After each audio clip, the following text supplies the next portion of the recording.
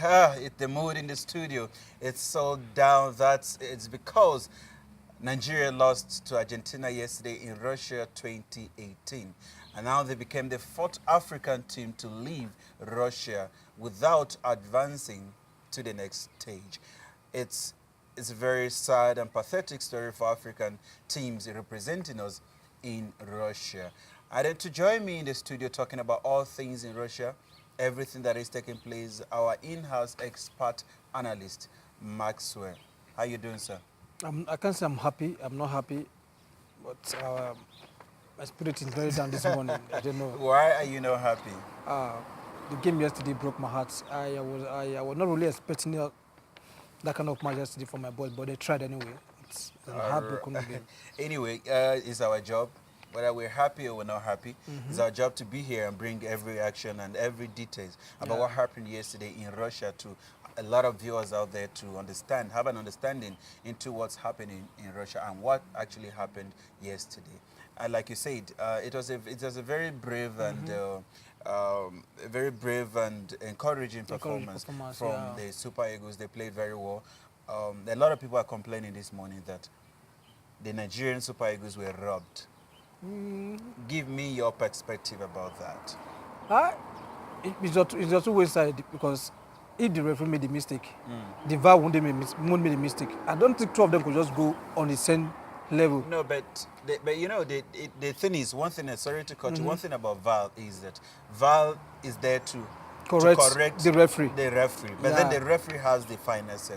VAR can see a decision and give the referee that this is a penalty, but then it's now left for the referee to make the final decision and decide.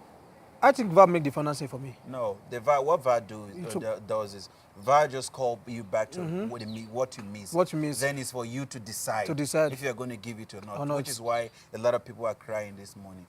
Because to a lot of us who were watching the game yesterday, we saw that was a penalty. Yeah, of course. The ball touched his hand. We saw that. In other cases, other instances, we've seen where these decisions are being given. The VAR will just call you back, then the referee will not even hesitate, and they will just give the decision. But then that wasn't the case in the Super Eagles game. But then let's talk about the match. In overall performance of the Super Eagles and the Argentinian side. Yeah, but Argentina is not a small thing that you can just write up like that. I was expecting Nigeria to play draw with them yesterday. I wasn't expecting win from Nigeria. But it's a frustrating thing that the team you have been playing for the past how many years, you have been played in the World Cup final, 1994. Till now, we have not gotten a win from them. It's a shame to Africa country, it's a shame to Nigeria yesterday. I don't really expect that kind of performance yesterday. I was expecting them to do well, going to draw or win that match. That was all I was expecting them to do yesterday. Coming now, losing to 2-1 to Argentina again and again and again is heartbroken, honestly. I understand how you feel, and I believe a lot of Nigerian fans out there and the entire African continent is feeling the same way you're feeling right now.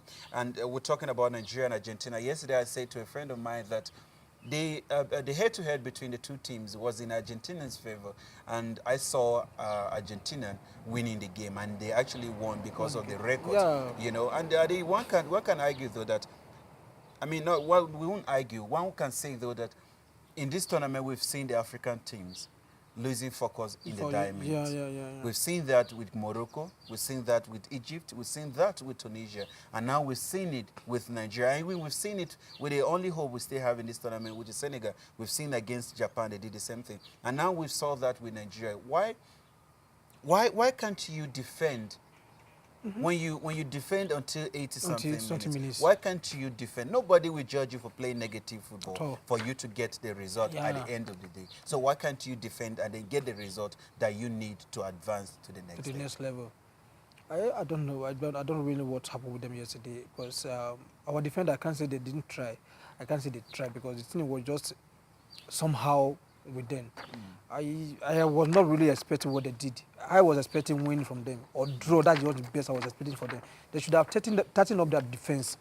These guys are dangerous. Argentina is not just to play. They came with a lot of passion. They came with sweat and blood to play that match. They came with winning. Yeah. They want to win that match. They want to make their country proud. That was what they did yesterday. You can see the Argentinians, they didn't give up. From the beginning to the end, they were pushing up, pressing Nigeria. Yeah. At the end of the day, they just lose hope, lose focus, and you know it's true. I understand what you're saying, and you know in that game yesterday, when I saw the game, when I watched that match yesterday, from the first half, I saw a lot of positivity from both sides, but then the pressure was more on Argentina. It was just too much. The pressure was more on Argentina. Yeah. In the sense that the former world best But- player is there, and a lot of people were expecting so much from him, and I was expecting them to just go there and then Nigeria would be a walkover for them. A walkover for you know, them. but then the way Nigeria played, it was a positive display from the Nigerian side, and I saw that if they could have just be able to defend together, you know, they played very well. Let me bring you to something. Nigeria has never played against Argentina woefully. They have been playing Very well, very yes. well. But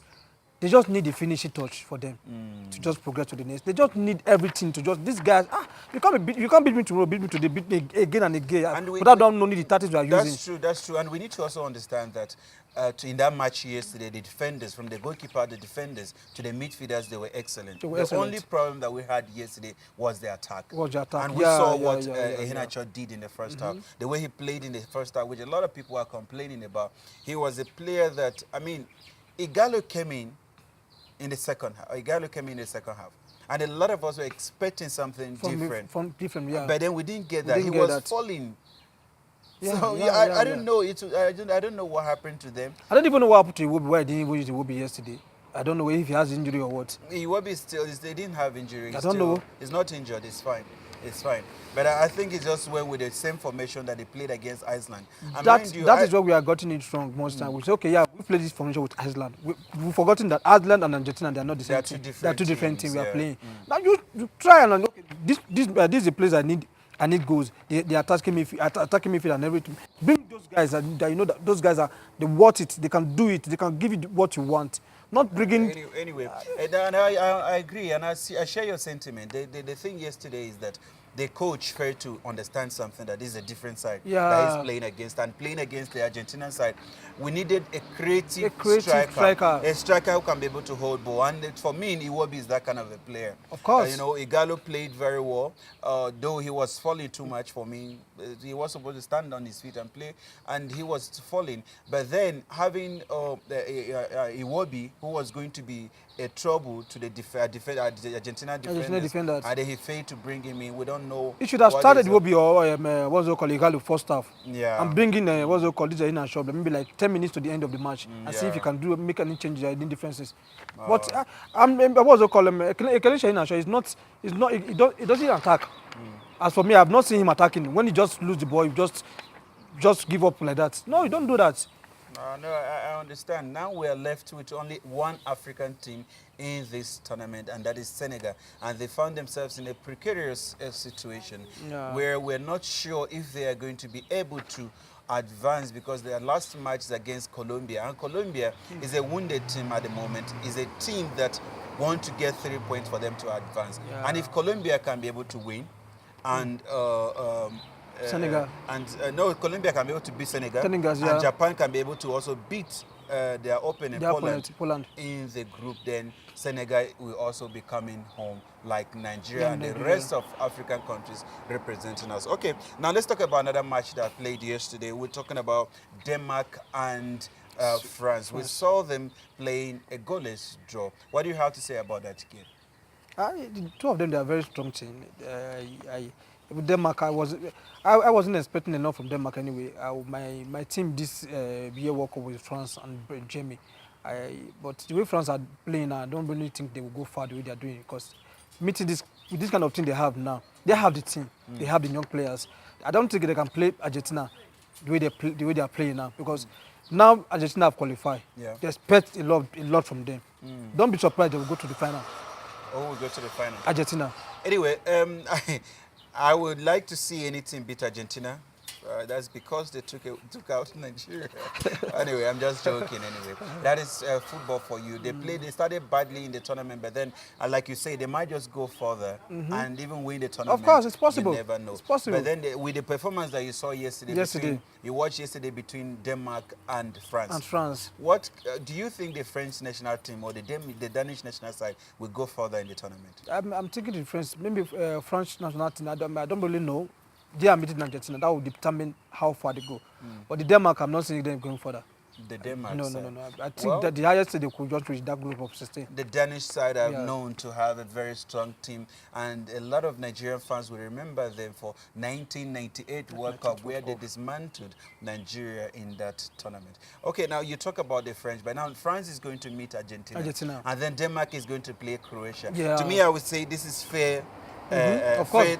Grouping for them. And what do you have to say about? Do you think with what you saw yesterday, though they rested a lot of players, we argue though that it's because they've already qualified the two of them. That was why they rested a lot of players. So do you think the French national team will be able to do it against Argentina? I'm not sure.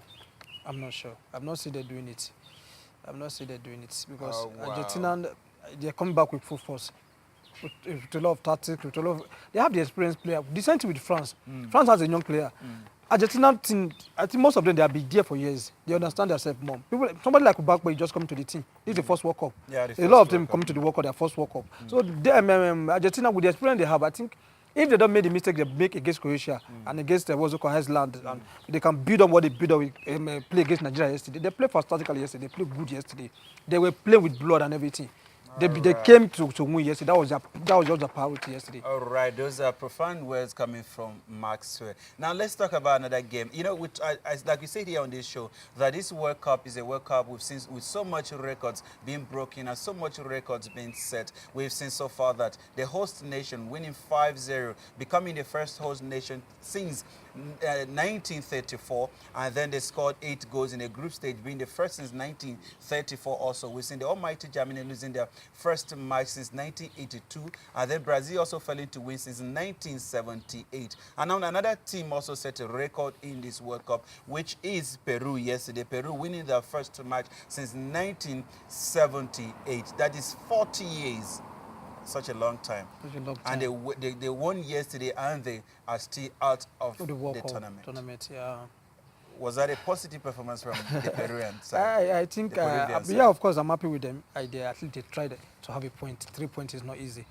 That was what Egypt have been looking for the past how many years now. Going to the World Cup, they've not gotten a point in the World Cup. They have point, but they've not won a match. They've not won a match in the World Cup. Look at this thing now. Then go out of the World Cup. They are proud. Thank God we won a match. Yeah. But I don't know. Anyway, I don't know. Yeah, that was a positive performance from the Peruvian side.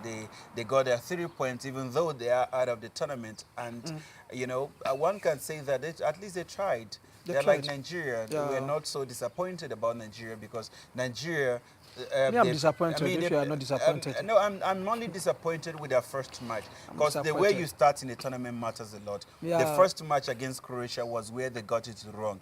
If they've gotten a point at least against Croatian side, by now the destiny was going to be in their own hands, and they were not going to wait for anyone to do them a favor. Even being beaten by Argentina 2-1, we're still going to advance, you know, to the next stage with head-to-head and then goal difference and all that. But then I would say that was a positive performance from Nigeria yesterday. They played very well, and you know, Argentina, and I mean, congrats to them. They are now in the next stage of the World Cup, all thanks to that man Messi and Rojo, who came in, who started the match and did the magic.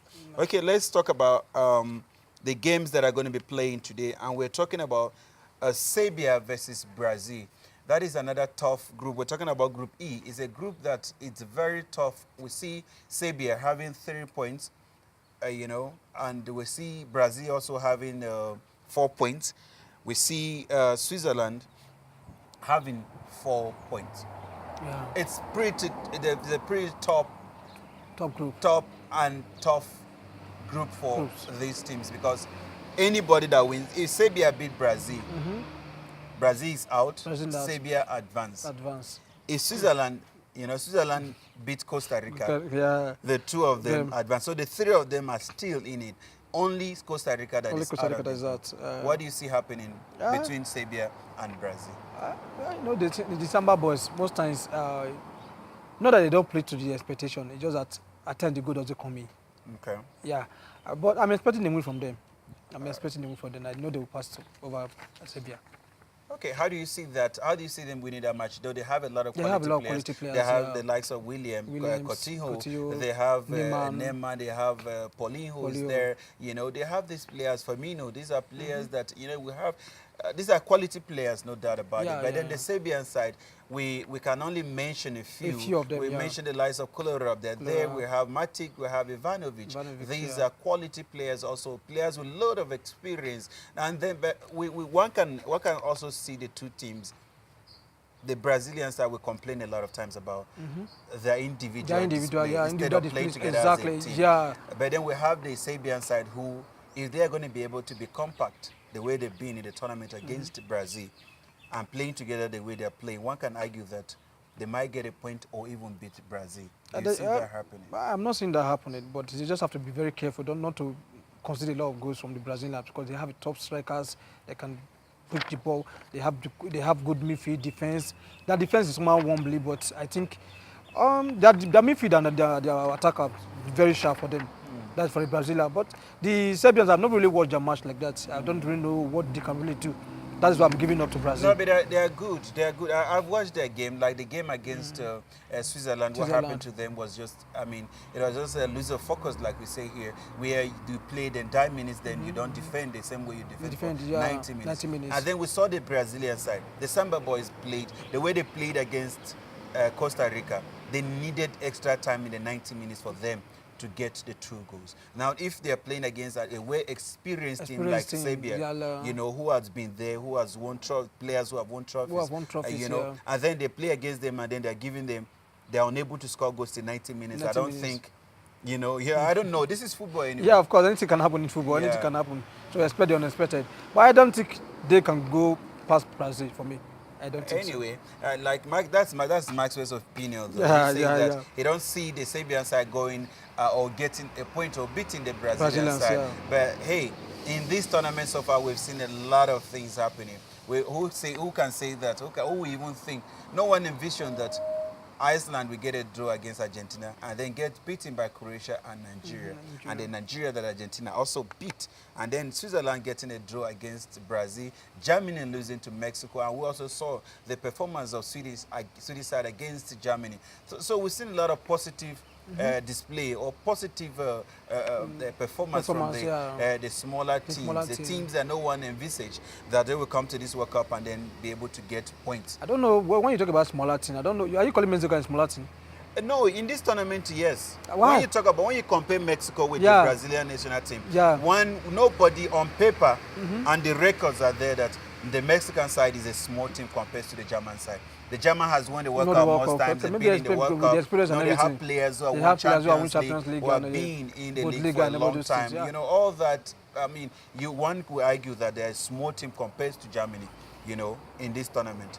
And yet they are able to upset the German side. So that is what I'm talking about. And then we've seen that happening in this tournament a lot. So we see the positive display also from Iran against Spain. We see Morocco, the way they played against Spain. Spain were unable to beat the Moroccan side. The Moroccan that lost to Iran. They really surprised me, honestly. I never expected this from them. But they've been in the World Cup. They've been in the World Cup. Not coming to the World Cup, at least. Look at Iran. Who think Iran will play Spain like that? I understand what you're saying, but in World Cup these days, what's happening? And one thing that used to give Egypt an edge over other African teams on the continent, when it comes to continental tournament, was because their players were playing their trade in their league. They were not going outside, so the understanding was there for a long time. And now that we're seeing a lot of them going out, then we're not seeing the same performance from the Egyptian national team. Anyway, you say the Brazil. Okay, let's talk about Switzerland and Costa Rica. It's another game that we're also going to see tonight in the same group E. What do you see happening between Switzerland and Costa Rica?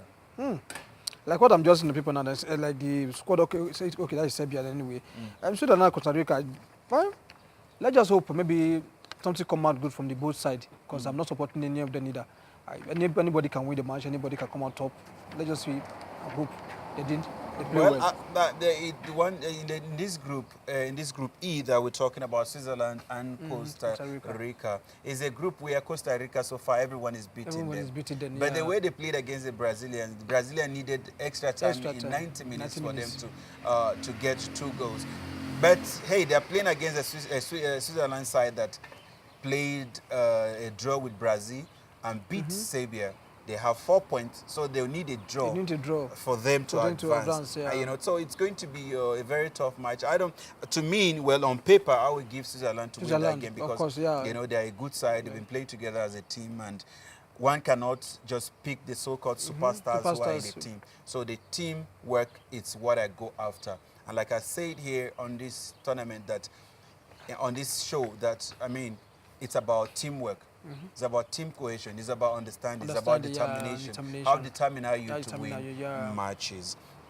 Then we have, okay, yeah, those are the games we have coming out, coming tonight. And then we have, in the afternoon, we have South Korea and Germany. That is in Group F. And then we have Mexico and Sweden. It's also a group that everybody is still in it. Not aside the South Korean that everybody is beating. We have Germany, who have 3 points now. We have Mexico, who is already qualified.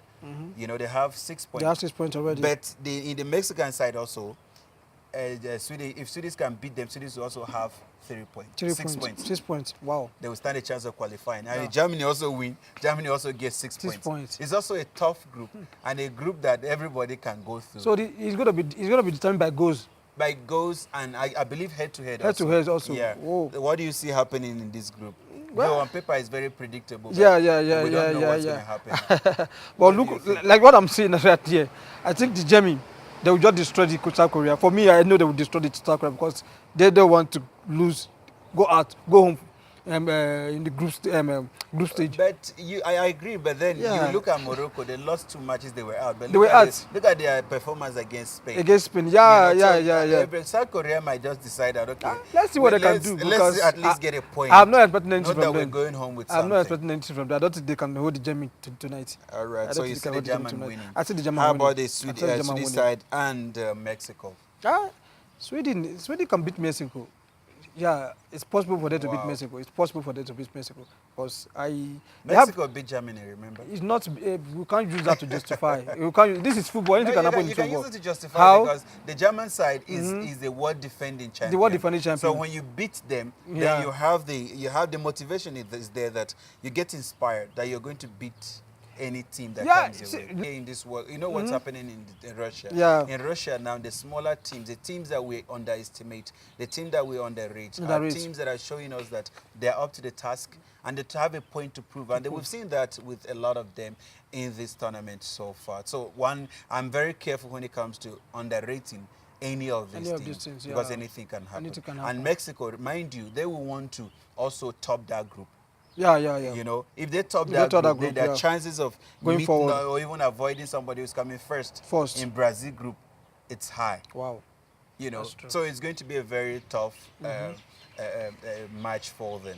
Anyway, before we go, let's talk about in this tournament so far, the officiating. Because the first World Cup was seeing the VAR, the video assistant referee. What has been the performance of the VAR so far for you in this tournament? I think most of the officiating were justifiable, but most of them, just because of the human nature that we have, we will need to see any kind of blame or still have an opinion for it that this thing is wrong, this thing, just like Nigeria and Argentina match yesterday. People were saying, this is an error, that the referee made a mistake and all those stuff. But the thing was obvious to everybody. Everybody saw that this is a foul. Yeah. And at the end of the day, it turned out to be So in essence, what you're saying is you're satisfied with the performance of the VAR so far? Of course, of course. Anyway, those are the profound words coming from our in-house expert analyst, Maxwell.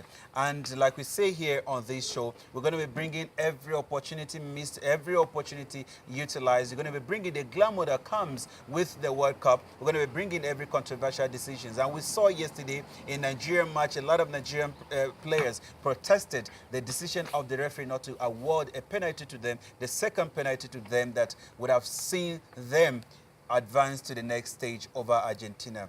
As I mean, it's been a fantastic tournament so far to a lot of us. The records that have been broken, the records that have been set, and we are enjoying it so far. And here on the World Cup special, we're bringing every action, every detail to you. My name remains Emmanuel Akurada, and I will see you tomorrow, same time, same station. Do have a wonderful evening.